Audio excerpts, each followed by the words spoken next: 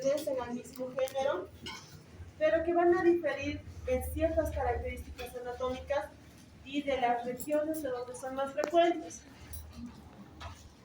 Podemos ver el anquilostoma duodenal, que se caracteriza por presentar 4 dientes puntiagudos, y el necator americano, que tiene 2 dientes ovalados, ¿sí? También llamada esta parasitemia como anquilostomiasis, ulcinarias o anquilostomiasis. Distribución geográfica: regiones tropicales y subtropicales.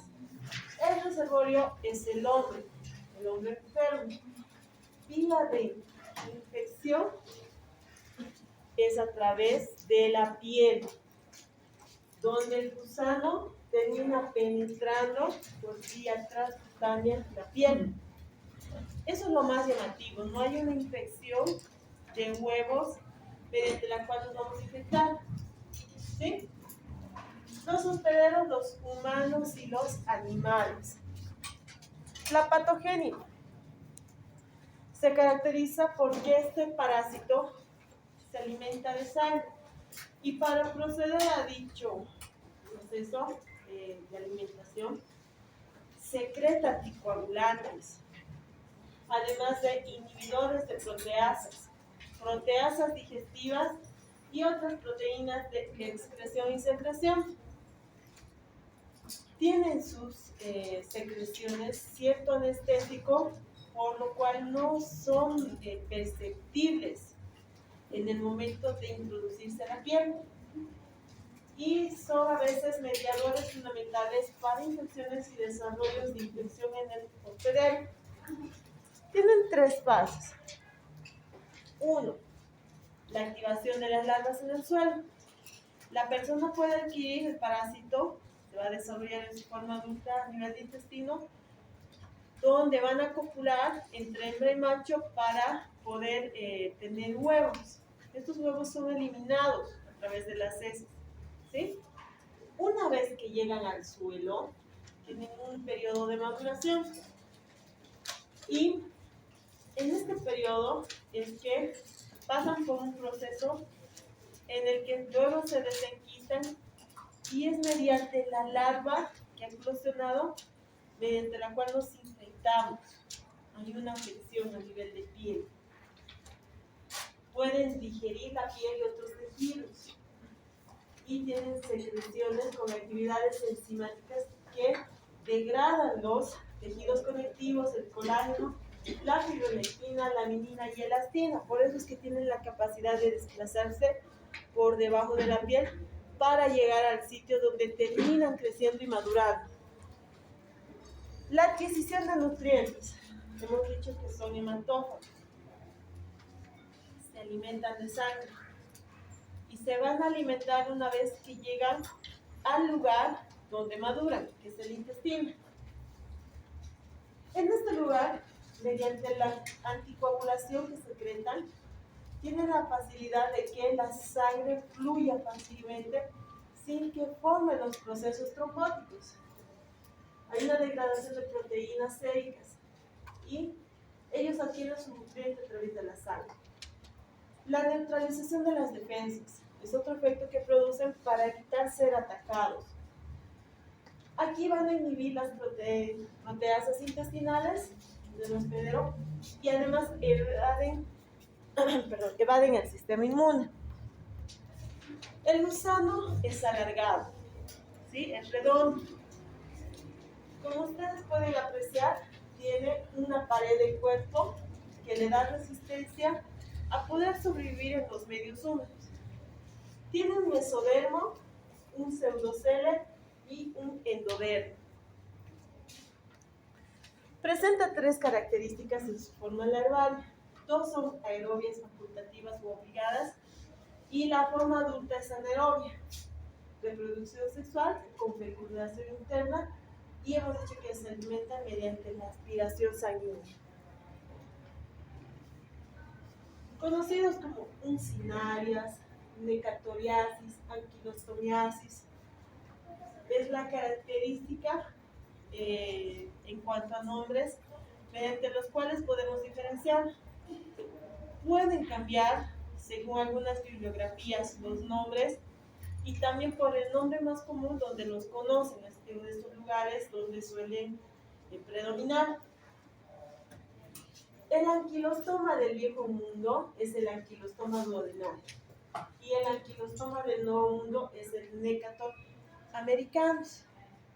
Y se diferencian por su distribución geográfica, además de las características en sus dientes y el tamaño, aunque el tamaño es insignificante.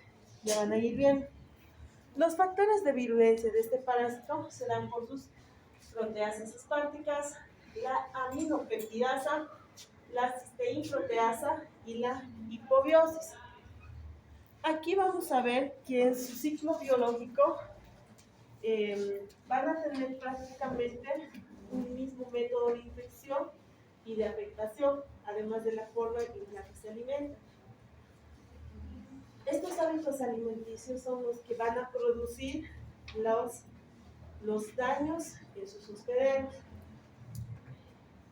Pero identificar la especie nos va a ayudar a veces a determinar dónde podrían haberse infectado las personas, porque no suelen habitar en la misma región ambas especies. Aquí podemos ver el anquilostoma duodenal, que, volvemos a repetir, tiene 4 dientes afilados, tiene una pulsa con sus flagelos copulatrices en el macho y en la hembra termina en punta, la cola. El Necator americanus tiene los 2 dientes ovalados, una pulsa y sus espículas copulatrices, y la hembra, vean, tiene un pliegue diminuto, una hendidura al final de la cola, que es la que caracteriza su variedad en la especie, aparte de la cabeza. Mediante estas características de la cola definimos si es hembra o macho, y mediante la cabeza determinamos la especie. Los huevos en estas dos especies son similares, ¿sí? ¿Ustedes notan alguna diferencia? No. Por lo tanto, no podemos decir cuál corresponde a las diferentes, a las dos variedades, pero sí podemos identificar y determinar que se trata de un anquilostoma o una mucinariasis. Cuando estos huevos salen por las heces fecales, no son infectantes, ¿sí? Por más que una persona ingiera, no se va a infectar, no van a madurar en su interior. Sí o sí necesitan una maduración en el medio ambiente, donde van a formar la primera forma larvaria, que es la rhabditiforme. Esta forma rhabditiforme no es infectante aún. Tiene que sufrir un proceso de maduración en la que va a formar una larva filariforme, que va a duplicar al tamaño de esta rhabditiforme, donde esta larva que ha eclosionado del huevo sí va a ser la forma infectada, sí va a ser la que va a penetrar a través de la piel. No se olviden esa parte porque es pregunta de examen, ¿sí? Ahora, hemos hablado de que una vez que ingresan por la piel, tienen una migración cutánea para llegar a los vasos sanguíneos. Una vez que llegan a los vasos sanguíneos, aprovechan de llegar al pulmón, que es por donde salen, rompiendo los alvéolos, los capilares, y producen un efecto de tos. Como es una tos no productiva, las personas que tosen terminan deglutiendo, y es el acceso que ellos encuentran para llegar al intestino, donde maduran en su forma de gusano adulto, con las características en sus cabezas y en sus colas, y van a manifestar sus diferencias sexuales. Aquí es donde copulan, y mediante la fertilización de huevos van a eliminar Nuevamente estos huevos no son infectantes, requieren madurar. La primera forma, la radiforme, que tampoco es infectante, donde terminan madurando en su forma filariforme, que sí es infectante. ¿Sí? Una vez que han ingresado a la piel, van a tener un trayecto a través del cual van a ir buscando un vaso sanguíneo. Normalmente no agarran arterias, porque las arterias vienen de mayor calibre a menor diámetro, ¿verdad? En cambio, las venas vienen de menor diámetro y van aumentando mayor calibre porque deben recolectar la sangre. ¿Y dónde llega esa sangre? Que se recolecta de las venas. ¿Dónde? ¿Dónde llega la sangre que se recolecta de las venas? Al corazón y a los pulmones, ¿verdad? Tenemos que oxigenar, eliminar ciertas sustancias. Entonces aprovechen este trayecto para llegar a los pulmones, a través de los cuales salen, producen el efecto de tos, salen por la tráquea, por la faringe, son deglutidos y pasan al intestino delgado. Luego vuelven a seguir la otra fase que les había mostrado, que es la de maduración externa. Necator americanos. Vamos a ver qué son característicos en los países de Brasil, Estados Unidos, específicamente en Texas, India, China, islas del Pacífico y continente africano. Son endémicos en México por los climas que favorecen la maduración de sus huevos. Se ha visto que hay una afectación a la raza blanca. En cuanto a las manifestaciones físicas, son de más intensidad, no se sabe por qué. Y suelen estar a nivel de la tierra en los cultivos de cacao, café, plátano y otros. ¿Por qué? Las personas que podrían infectarse trabajan en esas plantaciones y al no ver letrinas, ¿qué es lo que hacen? Terminan defecando bajo las plantas. Es ahí donde son liberados los huevos, sufren su proceso de maduración y al encontrar climas húmedos y calientes, tienen el ambiente propicio para desarrollarse. Con el paso del tiempo, las personas, ¿qué va a pasar? Cuando terminan de trabajar o después de comer, descansan, ¿verdad? Y suelen recostarse bajo las plantas. Y es ahí cuando tienen contacto directo de piel con la tierra. El gusano va a penetrar ante el contacto directo. No lo va a hacer atravesando las rocas. Así que si están con short y se sientan, será a través de muslos. Si están sin zapatos y trabajan descalzos, será a través de la planta de los pies. Si ustedes se sientan y se apoyan con la mano, será a través de la mano, entonces donde haya contacto directo de piel. Género Necator, especie americanos. Los nombres con los que son conocidos en otros países: hookworms, americano o American killer. ¿Sí? Por lo tanto, si alguna vez escuchen estos nombres, ustedes ya saben a qué se refiere. La característica tiene dos placas cortantes, sus dientes ovoides. Y esta especie tiene que necesariamente pasar por pulmón para llegar a los intestinos.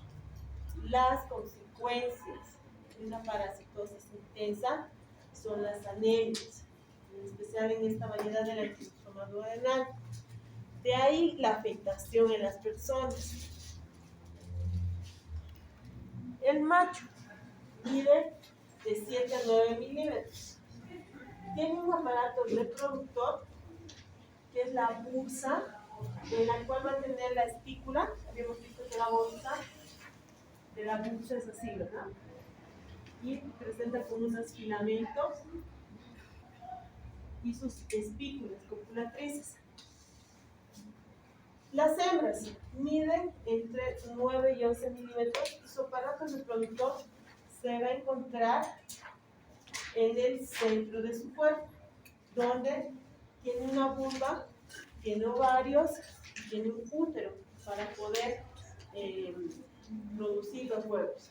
Una sola hembra de esta especie por día puede depositar hasta 7,000 huevos. ¿Sí? ¿Se dan cuenta la cantidad de huevos que depositan?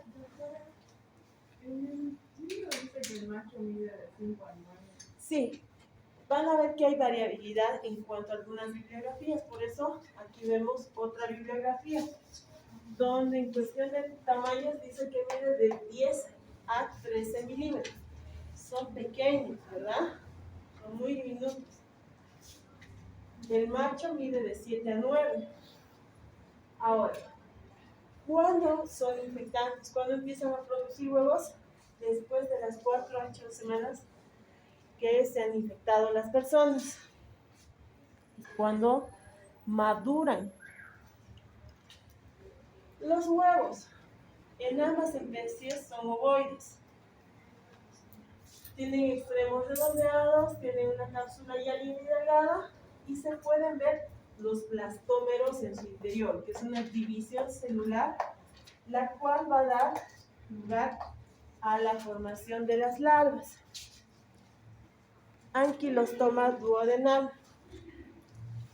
El anquilostoma duodenal pertenece al género Anquilostoma, especie duodenale, y los nombres con los que se los conoce es cubón o gusano gancho. Son típicos en las regiones de Estados Unidos, China, islas del Caribe, continente sudamericano y africano. Son muy comunes en Europa, en las regiones donde hay clima cálido. Prefieren los microclimas en minas. Y eso es porque a veces las personas tienen el hábito de buscar lugares cerrados para ir a realizar sus deposiciones. Lo malo es que cuando deciden acampar, buscan los mismos lugares y al hincharse en la tierra o al caminar descalzos, terminan infectándose.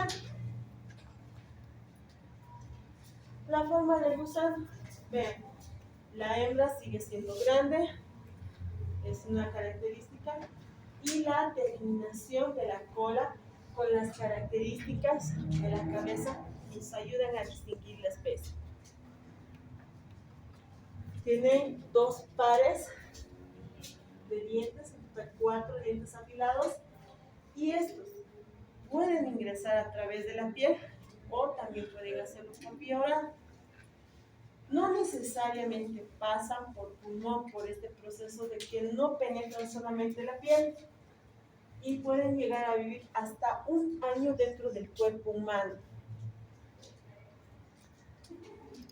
El macho mide de 8 a 11 milímetros, la misma forma en cuanto a la bolsa, la punza copuladora y la espícula, y la hembra miden entre 10 y 13 milímetros. Debido a la variabilidad de las diferentes bibliografías, yo no les pregunto en el examen longitudes, pero sí hay diferencias de una bibliografía a otra. Esta especie puede poner hasta 10,000 y 30,000 huevos por día. En la otra bibliografía, la diferencia de 10 a 13 en la hembra y de 8 a 11 en el macho. ¿Sí? De la misma forma, sus huevos tienen blastómeros, esta división celular que hemos dicho, que van a dar lugar a la larva cuando maduren en el medio ambiente. Producen una respuesta inmune. Aquí se han hecho ciertos experimentos donde se ha contagiado a las personas para poder ver cómo evoluciona, qué manifestaciones clínicas tienen. De esta manera se ha reconocido que actúan a través de citocinas. Además, elevan los niveles de inmunoglobulinas E y producen eosinofilia y mastocitosis. Este parásito es detectable mediante estos anticuerpos y por las reacciones que se producen mediante estos elementos es que las personas desarrollan cuadros alérgicos a tener estas infecciones. Existe una respuesta inducida y una respuesta producida. Por ejemplo, los gusanos pueden producir aeroalérgenos que prácticamente se dan con una respuesta de hipersensibilidad por múltiples factores, por sus secreciones, por las lesiones, por el componente de su superficie. Y es así que terminan estimulando el sistema inmune. Estas uncinariasis, al producir citocinas, también producen elementos proinflamatorios y prorreguladores. De ahí que las respuestas son como alergias. Las manifestaciones clínicas. Hay afectación pulmonar, gastrointestinal y además sistémica. En la pulmonar nos van a mostrar cuadros muy similares a los síndromes de Lofgren, donde hay una eosinofilia, se elevan los eosinófilos y simulan cuadros de neumonía. Debido a estas características clínicas, a veces es difícil distinguir que se trata de una infección por uncinarios. Y recuerden, a través de los pulmones es que ellos realizan su migración larvaria para llegar al intestino y producir una hiperinfección. A nivel gastrointestinal, existe dolor, distensión abdominal, diarreas, melenas y además hiporexia. Las melenas se dan por las hemorragias que producen los gusanos. A mayor cantidad de parásitos, mayor lesión intestinal, y como producen anticoagulantes, en el momento en que se desprenden, ese tejido va a seguir sangrando. Como la ubicación es el intestino delgado, da el suficiente trayecto para que la sangre se digiera y se manifieste como melena, ¿verdad? La fijación de los gusanos adultos a nivel de los intestinos va a producir un daño a nivel de la mucosa, aparte de la inflamación de los mismos, por la liberación de sus enzimas. En el pulmonar hemos dicho que rompen los capilares y aprovechan esto para realizar su migración larvaria. Y a nivel gastrointestinal van a producirse los daños por la fijación del gusano a nivel de la luz. Estos gusanos no penetran mucosa, se quedan en la superficie, pero se fijan a través de sus bocas. A nivel hematológico, vamos a ver un daño considerable, más si la parasitosis es intensa. Por lo tanto, se puede manifestar a través de una anemia hipocrómica, microcítica, ferropriva. Recuerden que se están alimentando de nuestra sangre. Va a haber eosinofilia, hipoalbuminemia, el cual va a llevar a las personas a que desarrollen edemas, disneas, soplos funcionales debido a la patología anémica y la cianosis, falta de glóbulos rojos. El gusano, un solo gusano puede llegar a consumir entre 0,004 ml o 0,05 ml de sangre al día. Ahora imagínense, si hay una parasitosis intensa, estos niveles, esta pérdida sanguínea va a ser mucho más considerable, ¿sí? Y donde se manifiesta más estas anemias es en la variedad del anquilostoma duodenal.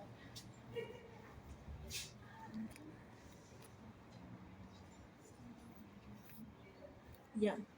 A nivel dérmico, es fácil apreciar los lugares por donde ha penetrado el gusano, porque va a tener un desplazamiento en la piel muy superficial que va a dejar pequeños caminos llamadas lesiones serpentiginosas, ¿sí? Y son los lugares por donde se está desplazando el gusano hasta poder penetrar más profundamente y encontrar un vaso sanguíneo mediante el cual pueda ascender. ¿Eso es solo un gusano? Pueden ser varios. Sí, pueden ser varios, puede ser uno. Dependiendo de las lesiones podemos identificar. ¿Alguna vez han visto este tipo de lesión? ¿Lo has visto? ¿Han visto alguna vez en el Chapare alguien que haya ido? Son bastante comunes y suelen llamarse larvas migrans, ¿sí? ¿Qué hacen en el campo para eliminar esto? Cuando empiezan a ver las lesiones antes de que penetren, las personas también les conocen como sabañones. Han debido escuchar ese término. Suelen destapar para tratar de encontrar al gusano y le meten queroseno, lo empapan con algodones de queroseno con la intención de matar al gusano. Y en algunos casos ha sido efectivo porque han localizado la larva y por la toxicidad, por el elemento químico del queroseno, terminan muriendo, pero no es lo ideal. En el momento en que vemos esto, ya podemos hacer un diagnóstico y en vez de llegar a esos extremos de tratamientos caseros, realizar un tratamiento que sea farmacológico, porque la persona podría haber tenido una infección anterior y ya tener parásitos a nivel intestinal, ¿verdad? Pero estas lesiones son bastante comunes. Cuando ustedes vayan a campo y en especial se vayan a la región del trópico, se ven. ¿Y cómo adquieren esto? Ellos manifiestan que tienen la costumbre de caminar descalzos o cuando van al río, caminan por la arena, en los bordes, y es ahí donde se contagian. ¿Qué van a producir a nivel de piel? Aparte de esas lesiones eritematosas y enrojecidas, hay un escozor, un prurito intenso. Y por los lugares por donde ha migrado esta larva, se producen lesiones cicatriciales. También puede haber una sobreinfección bacteriana, porque están alterando el pH y lesionan el epitelio. Producen reacciones. En los síntomas generales, las personas tienen desnutriciones. Recuerden que los parásitos se instalan en la luz donde producen lesión e inflamación. Y debido a este proceso, los intestinos no pueden absorber los nutrientes. Las personas infectadas, al no absorber nutrientes y al tener pérdida de sangre, la anemia es bastante marcada. Por lo tanto, tienen pérdida de peso, retraso condoestatural. En los niños no van a aumentar de peso ni van a poder crecer. Debido a las deficiencias anémicas, presentan un déficit cognitivo. No van a rendir en las escuelas. Las anemias y signos asociados como disnea y fatiga son consecuencia de la anemia, ¿verdad? La anemia que nos produce debilidad, somnolencia, palidez, cansancio, falta de resistencia a la hora de caminar, se fatigan rápido. Aquí a ver cuántos anémicos vamos a contar. Están durmiendo en la clase. Deberían revisarse. La afectación se va a dar de la misma manera en los animales. Como no somos veterinarios, no nos estamos enfocando en ellos, ¿sí? Pero también no vamos a poder apreciar bien las lesiones en ellos porque están cubiertos de pelo. En cambio, en las personas sí son evidentes. Y se da el mismo ciclo en ellos, de la misma forma.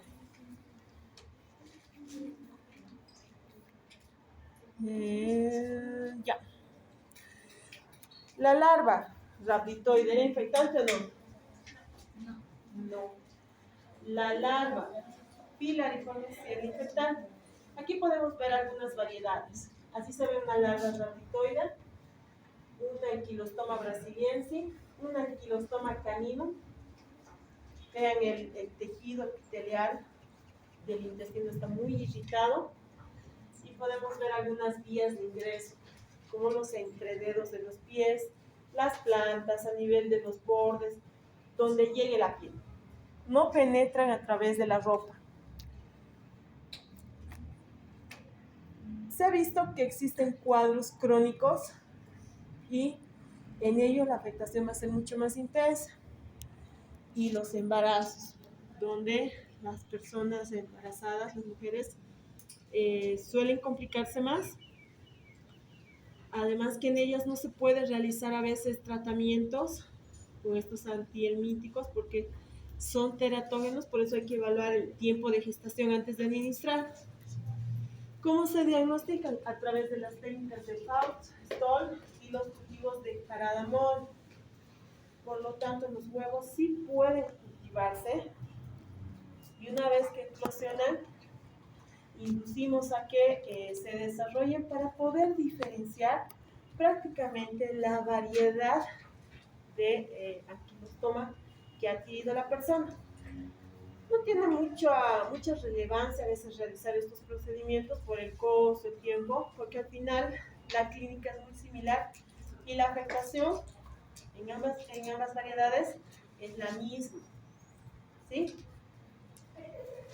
Nosotros podemos hacer exámenes directos de copros, donde vamos a llegar a apreciar el huevo con sus blastómeros.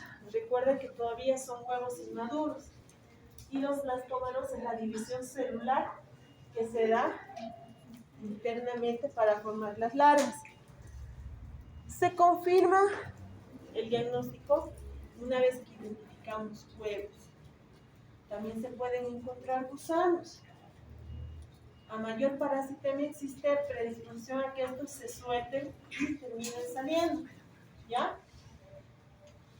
Las formas de compro directo o a través de centrifugados, donde mediante el procedimiento esperamos a que se sedimenten los huevos para también poder identificar la especie, porque hasta ahora en los parásitos que hemos visto existe diferencia, ¿verdad? En cada huevo. Se puede realizar un sondeo duodenal, una endoscopía y ver el epitelio, porque los gusanos, pese a ser diminutos, casi medir 1 centímetro, sí se pueden visualizar. Ahora, el coprocultivo que se hace de Harada Mori, en Agarcoga, como les dije, solamente nos ayuda a identificar el género y especie. Se puede hacer un cálculo para ver la carga de la parasitemia mediante el recuento de huevos. Es así que en una muestra, si contamos alrededor de 1.600 huevos, podemos calcular que la persona tiene 50 uncinarios, y eso está en la categoría de infección leve, donde las personas son asintomáticas. Este hallazgo puede ser casual, donde buscamos otra patología, o al final, mediante estudios de simple control, descubrimos que son una cantidad de 3.300 huevos, nos dan un cálculo de 100 uncinales. Entra la categoría de infección moderada, donde pueden presentar algunos signos o síntomas, como también pueden ser asintomáticos. Una cantidad de 16.500 huevos nos indica la parasitosis de 500 uncinales, lo cual nos está indicando una infección intensa. Ya las personas aquí empiezan a manifestar signos y síntomas de anemia. 33.000 huevos nos calculan 1.000 uncinales, donde la infección es muy intensa. Aquí es muy sintomático. Hay anemias moderadas. Una cantidad de 1.000 huevos nos indica 3.000 uncinales. Infección extrema, aquí es grave, es mortal, porque la anemia es severa. Y a estas personas se las salva haciendo intervenciones muy intensas, que son las desparasitaciones, tratamientos, y además transfusión de sangre, porque de lo contrario pueden sufrir un paro cardíaco. En nuestra buena suerte podemos encontrar la visualización directa de los gusanos. Y vean ustedes. Pueden estar vivos o muertos, pero tienen una característica anatómica en la que se ve, ¿verdad?, el gusano delgado. Tendríamos que hacer un estudio bajo un microscopio mucho más detallado, donde matemos al gusano para que no se mueva y poder apreciar las características de su cabeza y así identificar a cuál de las dos especies corresponde, poder observar el otro extremo para ver si se trata de una hembra o un macho, porque así a simple vista no son tan apreciables, pero solo con identificar estos gusanos y el tamaño ya podemos hacer un diagnóstico. En las endoscopías, vean ustedes, pese a que son transparentes, son visibles, ¿sí? Y nos pueden indicar, confirmar una parasitemia y podemos determinar mediante la visualización si es leve, moderada o muy intensa la carga parasitaria. Los huevos iguales, las colas en la hembra, en el macho, con la bursa, entonces la especie se le identifica por los dientes. Por eso vemos aquí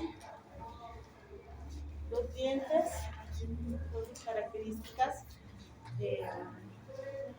anatómicas correspondientes, ¿verdad? Cabezas, bursas. Pero la bursa solamente se da en el macho, en la hembra termina en punta. La clínica, como ustedes ven aquí, este es un cuadro resumido donde tenemos las manifestaciones clínicas. Esto también tiene que estar incluido en los cuadros que ustedes hagan. Tiene que haber características morfológicas, ciclos de vida.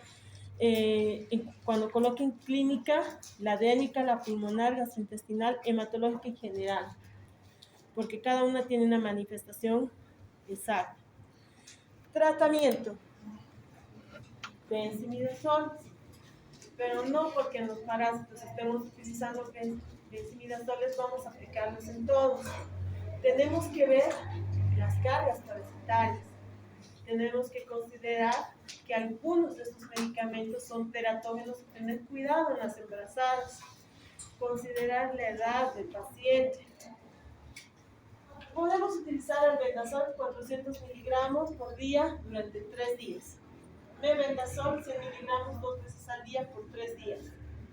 Flubendazol 300 miligramos al día por 2 días. 3 días es corto tiempo, pero es bastante efectivo porque los parásitos se encuentran en la luz intestinal, por lo tanto el contacto del medicamento va a ser bien. Cuando los parásitos están a nivel de tejidos, por la difusión del medicamento se suele alargar el tiempo, ¿sí? Se suelen realizar campañas de control como dosis profilácticas en algunas áreas donde se han detectado las parasitosis. No es necesario, por ejemplo, que aquí, si hubiéramos detectado un caso de Yersinia, tuviéramos que hacerles a toditos un copro, una endoscopía, porque a veces no se cuenta con los laboratorios, una endoscopía es costosa, entonces los procedimientos pueden llevarnos más tiempo. ¿Qué hacemos? Si hay un caso o 2 casos registrados, hacemos un tratamiento profiláctico general, donde administramos una sola dosis del Bendazol de 400 miligramos, que tiene una curación del 56%. Pero como hacemos dosis profilácticas, se pueden repetir en unos 6 meses, ¿verdad? Muchos de aquí probablemente no estarían contaminados, pero lo estamos haciendo de forma profiláctica. Y aquellos que sí están contaminados, que se están durmiendo, les hará efecto, por lo menos la mitad de sus parásitos por total, ¿o no? Podemos utilizar el Mebendazol, 500 miligramos, curación del 22%, es bajo. Pero ante las manifestaciones clínicas de una persona que empieza a presentar anemia, en especial en los niños, que no hay un buen desarrollo, atención, sospechamos que existe una parasitosis. Y más si sabemos que el lugar donde viven es endémico.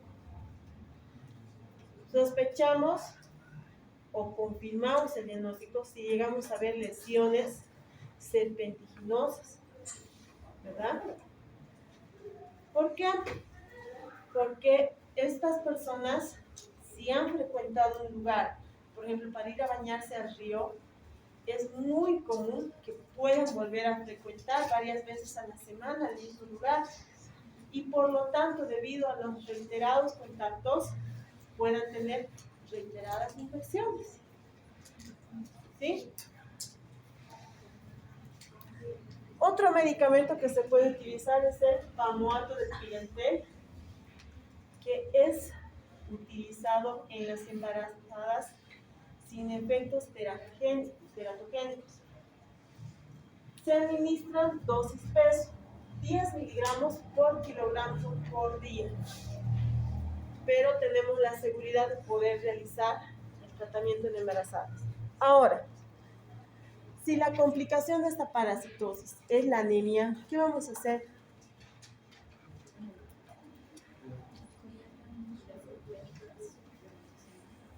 Muy bien, vamos a dar tratamientos suplementarios de hierro, porque tenemos que corregir el cuadro anémico.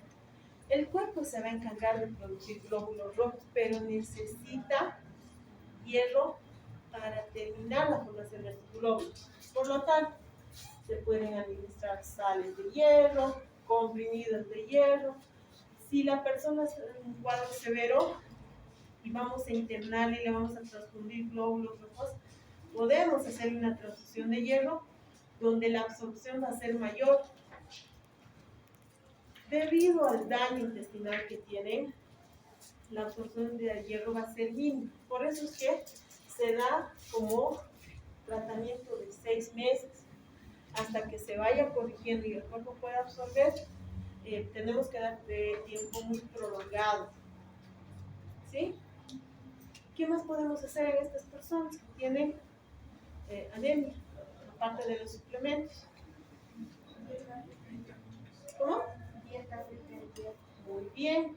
Por lo tanto, vamos a incentivar a que estas personas consuman alimentos que tienen hierro. ¿Qué le vamos a aconsejar? Carne, ¿qué más? Hígado, ¿qué más? ¿Qué vegetales? Espinacas. ¿Qué se llaman estos rojitos para ensaladas? No, los chiquititos, no, rosaditos, blancos por dentro. Rábanos, ¿verdad? Aparte del suplemento oral, vamos a incentivar a que se alimente mejor. Con estos tratamientos corregimos, pero si la anemia es muy crónica, tenemos que recurrir nomás a las transfusiones de plaquetes globulares. ¿Sí? Muy bien, eso es todo. ¿Tienen alguna pregunta en cuanto a este tema?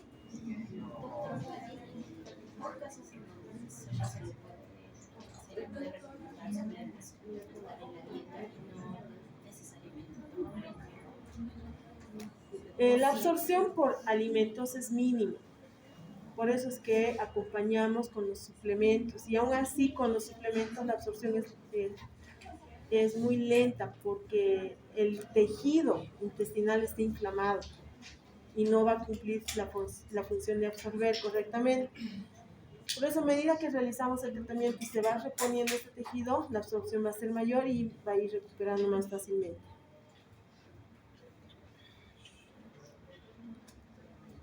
Ya, eso sería todo, jóvenes. ¿Alguna otra pregunta? ¿Ninguna?